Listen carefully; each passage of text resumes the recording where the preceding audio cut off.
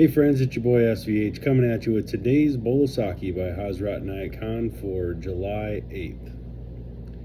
While some judge another from his own moral standpoint, the wise one looks also at the point of view of another.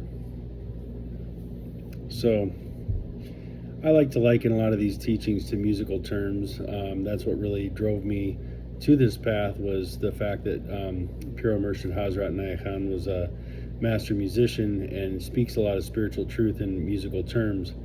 And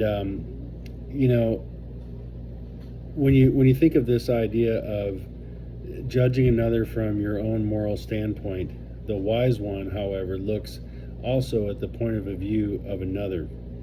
So imagine yourself as a note, where you're playing a note, right, in a piece of music or whatever it may be, and but you're unwilling to look at all the other notes that are around you in the piece of music, right? Or if you're jamming in a band and you're playing your own thing, you're going off on your own solo, but kind of not paying attention or forgetting what everyone else is doing in the band, then we get a discordant sound, right? It doesn't become something of harmony. So to really be in balance and in harmony, it is important to know your own moral standpoint and have that, but also to look also at the point of view of another. So just a little musical analogy there.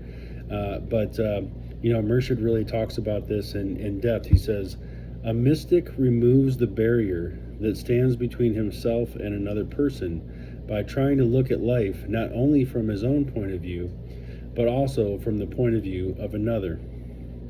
All disputes and disagreements arise from people's misunderstanding of each other. Mostly, people misunderstand each other because they have their fixed point of view and are not willing to move from them. This is a rigid condition of mind. The more dense a person is, the more fixed he is in his own points of view.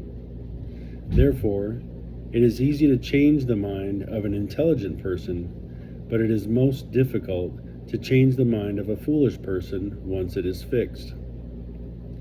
It is this dense quality of mind which becomes fixed on a certain idea, and that clouds the eyes so that they cannot see from the point of view of another person. So yeah, I mean, I really love what he says there. I think so often our own point of view can cloud the vision of another, or the viewpoint of another person. And it's okay for people to have opposing views or people to see things differently, right? That's what makes the music musical. If we are all tuned to the same note, the piano would sound pretty boring, right? So it's important that we have these different viewpoints and these different ideas and concepts. And it's important that we furthermore rise above and become wise enough to let someone experience their own feeling and their own point of view. Murshid goes on to say, the condition today is that people are rich. They have all convenience and comfort, but what is lacking is understanding. Home is full of comfort, but there is no understanding. There is no happiness. It is such a little thing and yet so difficult to obtain. No intellectuality can give understanding. This is where man makes a mistake. He wants to understand through his head. Understanding comes from the heart. The heart must be glowing, living. When the heart becomes feeling, then there is understanding. Then you are ready to see from the point of view of another as much as you can see from your own point of view. And finally, Murshid says here, is it not amusing to think that the foolish person disagrees more with others than the wise? One would think that he knows more than the wise one. The wise one agrees with both the foolish and the wise. He is ready to understand everybody's point of view. It may not be his idea, his way of looking, but he is capable of looking at all things from the point of view of others. It is not one eye that sees fully. To make the vision complete, two eyes are needed. And so the wise one can see from 2 points of view. If we do not keep away our own thoughts and preconceived ideas, if we cannot be passive and desirous of seeing from the point of view of another, we make a great mistake.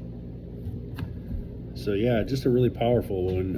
As always, all of these are such great teachings and so much depth of wisdom in them. But yeah, this one really stood out to me today, and really did harken to that musical idea of you can stand in your own note, but you still have to understand and hear the other notes around you in order to harmonize and to fall in place with that. So yeah, great bowl of sake for today. So there you have it, my friends, and I will be back again tomorrow with another bowl of sake. Have a good night.